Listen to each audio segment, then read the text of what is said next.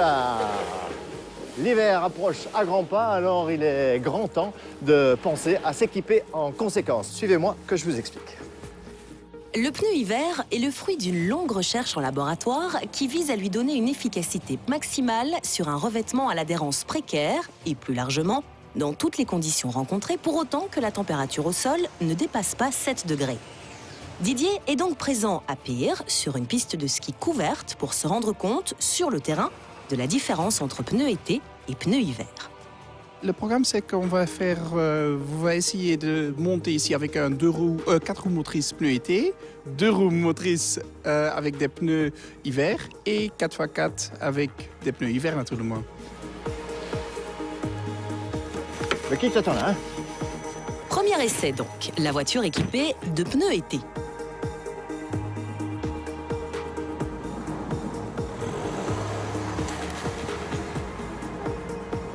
Et pourtant, c'est une 4 roues motrices. Le constat est flagrant. Aucun espoir de monter la pente enneigée malgré la bonne volonté de Didier qui s'y reprend à 3 reprises.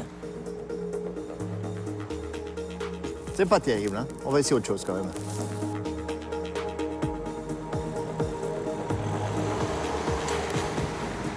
C'était une 4 roues motrices pourtant. Oui, mais un 4 roues motrices, ça a aussi besoin de pneus hiver dans des circonstances qui sont plus froides que 7 degrés, où il y a beaucoup de pluie et que les routes sont mauvaises. 2 roues motrices. 2 roues motrices, oui, mais équipées de 4 pneus neige. Cette fois, les pneus lamellisés font leur boulot et la voiture parvient à grimper sans réelle difficulté et, tout aussi important, à redescendre sans encombre. Une voiture 2 roues motrices équipée en pneus neige est donc plus efficace dans ces conditions qu'une 4 roues motrices avec des pneus été.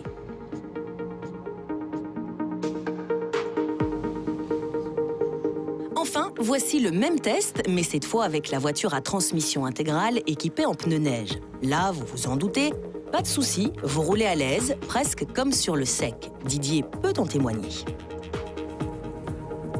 Ça va tout seul, hein? Nickel, incroyable. On peut même accélérer.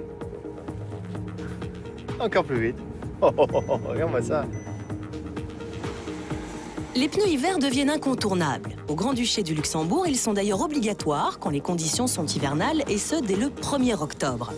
En Allemagne, un accident où il est prouvé que vous n'aviez pas équipé votre voiture de pneus adéquats peut avoir des conséquences désagréables. Vous pouvez être poursuivi et condamné, et en plus, l'assurance peut se retourner contre vous. Bref, même si la monte pneumatique hiver n'est pas encore obligatoire en Belgique, il est plus que conseillé d'y penser. Alors, convaincu, j'imagine, mais attention, hein, parce que l'hiver approche et le stock de pneus n'est pas inépuisable, comme on a pu le voir les années précédentes. Alors, je ne peux que vous conseiller de réserver vos pneus le plus vite possible. Et puis, pour ceux qui pensent que la dépense est un petit peu exagérée, eh bien, je vous rassure tout de suite, parce que pendant que vous utilisez vos pneus hiver, eh bien, les autres pneus normaux restent au chaud tout l'hiver et donc ne s'usent pas et ils gardent un temps de vie augmenté d'autant. Ça paraît peut-être un petit peu bête à dire, mais autant le savoir.